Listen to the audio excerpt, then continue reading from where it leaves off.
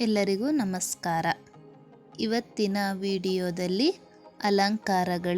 ಅಲಂಕಾರಗಳು ಎಂದರೇನು, ಹಾಗೆ ಎಷ್ಟು ವಿಧಗಳಿವೆ ಎಂಬುದರ ಸಂಪೂರ್ಣವಾದ ಮಾಹಿತಿ ಇಲ್ಲಿದೆ. ಕಾವ್ಯಕ್ಕೆ ಶೋಭೆ ತರುವ ಧರ್ಮವೇ ಅಲಂಕಾರ. ಮಾತಿನ ಅಥವಾ ಕಾವ್ಯದ ಸೌಂದರ್ಯವನ್ನು ಹೆಚ್ಚಿಸುವ ಸಲುವಾಗಿ ಬಳಸುವ ಶಬ್ದ ಹಾಗೂ ಅರ್ಥ ಚಮತ್ಕಾರಗಳನ್ನು ಅಲಂಕಾರ ಎನ್ನುವರು. ಇದು ಅಲಂಕಾರ ಎಂದರೇನು ಅಂತ ಪ್ರಶ್ನೆ ಕೇಳಿದ್ರೆ ಇದಕ್ಕೆ ಉತ್ತರ ಇದು. ಹಾಗೆ ಅಲಂಕಾರದಲ್ಲಿ ಶಬ್ದಾಲಂಕಾರ ಮತ್ತು ಅರ್ಥಾಲಂಕಾರಗಳೆಂದು ಎರಡು ವಿಧಗಳಿವೆ. ನೋಡಿ, ಶಬ್ದಾಲಂಕಾರ ಮತ್ತು ಅರ್ಥಾಲಂಕಾರಗಳೆಂಬ ಎರಡು ವಿಧ ಇವೆ. ಮಾತಿನ ಅಥವಾ ಕಾವ್ಯದ ಸೌಂದರ್ಯವು ಶಬ್ದ ಅಥವಾ ಅಕ್ಷರಗಳ ಜೋಡಣೆಯ ಚಮತ್ಕಾರದಿಂದ ಹೆಚ್ಚಿದ್ದರೆ ಅದನ್ನು ಶಬ್ದಾಲಂಕಾರ ಎನ್ನುವರು. ಶಬ್ದಾಲಂಕಾರದಲ್ಲಿ 3 ವಿಧಗಳಿವೆ. ನೋಡಿ, ಈ ಶಬ್ದಾಲಂಕಾರದಲ್ಲೇ 3 ವಿಧಗಳಿವೆ.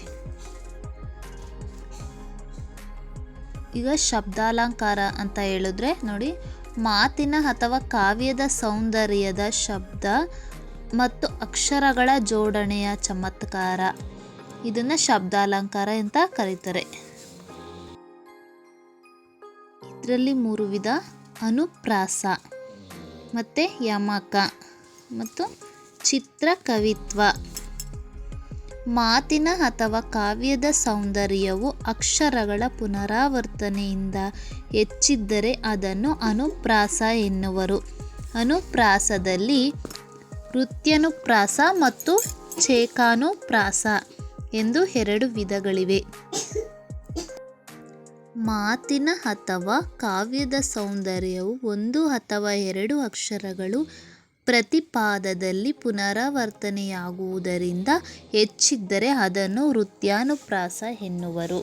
ಮಾತಿನ ಅಥವಾ ಕಾವ್ಯದ ಸೌಂದರ್ಯವು 2 ಅಕ್ಷರಗಳಿಂದ ಕೂಡಿದ ಪದಗಳು ಪ್ರತಿಪಾದದಲ್ಲಿಯೂ ಪುನರಾವರ್ತನೆಯಾಗುವುದರಿಂದ ಹೆಚ್ಚಿದ್ದರೆ ಅದನ್ನು ಛೇಕಾನುಪ್ರಾಸ ಎಂದು ಕರೆಯುವರು.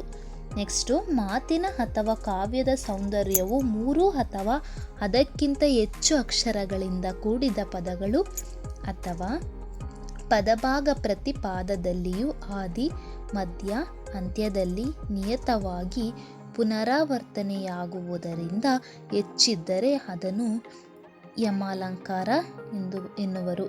ಮತ್ತು ಮಾತಿನ ಅಥವಾ ಕಾವ್ಯದ ಸೌಂದರ್ಯವು ಅಕ್ಷರಗಳ ಅಥವಾ ಪದಗಳ ವಿಶಿಷ್ಟವಾದ ಬಳಕೆಯ ಮೂಲಕ ಹೆಚ್ಚಿದ್ದರೆ ಅದನ್ನು ಚಿತ್ರಕವಿತ್ವ ಎನ್ನುವರು. ಇದರಲ್ಲಿ ನಿರೋಷ್ಟ್ಯ, ತಾವಲ್ಯ, ಏಕಾಕ್ಷರ, ದ್ವ್ಯಾಕ್ಷರ, ತ್ರ್ಯಾಕ್ಷರ, ಹಾರಬಂಧ,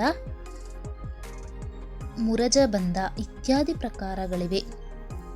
ಮಾತಿನ ಅಥವಾ ಕಾವ್ಯ ಸೌಂದರ್ಯವು ಪದಗಳ ಅರ್ಥ ಚಮತ್ಕಾರದಿಂದ ಹೆಚ್ಚಿದ್ದರೆ ಅದನ್ನು ಅರ್ಥಾಲಂಕಾರ ಎನ್ನುವರು.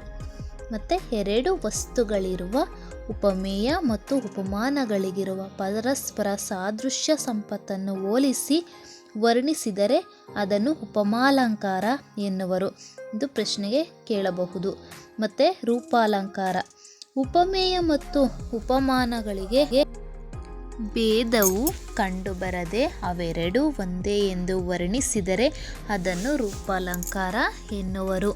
ಮತ್ತು 2 ಬೇರೆ ಬೇರೆ ವಾಕ್ಯಗಳು ಉಪಮೇಯ ಉಪಮಾನ ಅರ್ಥ ಸಾದೃಶ್ಯದಿಂದ ಒಂದಕ್ಕೊಂದು ಬಿಂಬ ಪ್ರತಿಬಿಂಬ ಭಾವದಂತೆ ತೋರುತ್ತಿದ್ದರೆ ಅದನ್ನು ದೃಷ್ಟಾಂತ ಅಲಂಕಾರ ಎನ್ನುವರು.